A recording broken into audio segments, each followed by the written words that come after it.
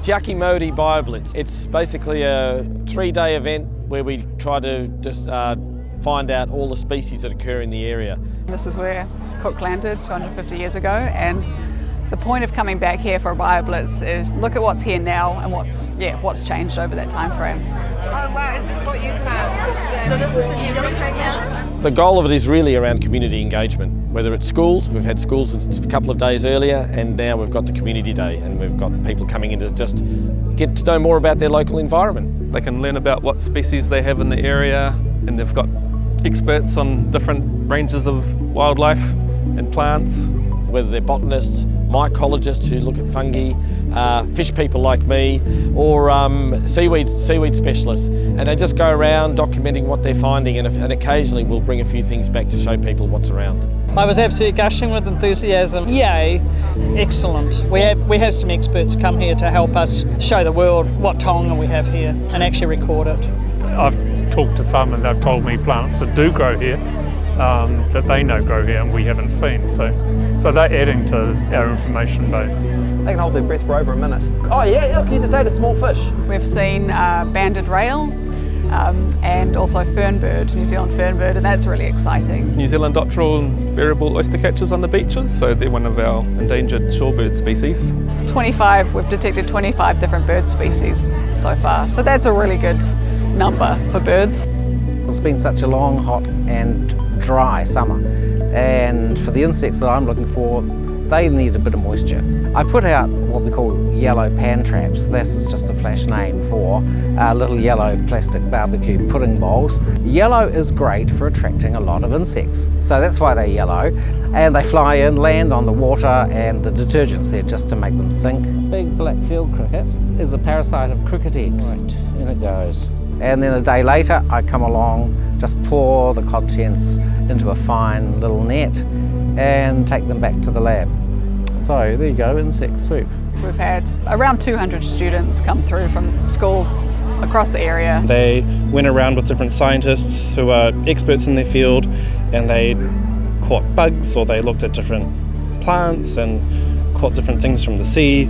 I think being out in nature and with their expert is very different. Being in the classroom, it's a different learning experience. Hands-on learning in a fun setting, where they can learn from something that's right in front of them. We had a lot of fun by setting up some little squares on the beach, and we showed children how to excavate, sieving it and measuring it, and I think some of the kids just absolutely loved it. Some shells and some leaves. Okay, so pop those in the little bag. We've been so excited that we had the opportunity to have the BioBlitz here from Auckland Museum. So we've had so much fun. The highlight has been watching the children, and even their teachers. Their teachers have just been just ecstatic. Yeah, it's just been great. Watching the faces and seeing them engage has been great. So we did a 5-minute bird count, which is one of the standard tools we use as scientists to understand change in habitats. It's about listening with your ears and being quiet for 5 minutes. I know it's going to be like torture. It sounds like a bellbird to me. Wait, we're halfway. Couldn't do it without the scientists. We've got a really good group of scientists who love to work with children. They understand how important it is to break down those barriers of communication, and I think that's why this is a really great opportunity for not just us but everybody else in the community. I do love working with the kids because they've got that energy and enthusiasm and just fascination for the natural world that we all have, and that's why we got into it, and it reinvigorates you and you remember why you got into things in the first place. You just get to be a kid again and go, wow, that's cool. And sometimes you see that light bulb moment when they really switch into what you're talking about and get enthusiastic. And it's fun because their enthusiasm rubs off on the archaeologists. And the questions they ask, often they take me quite by surprise.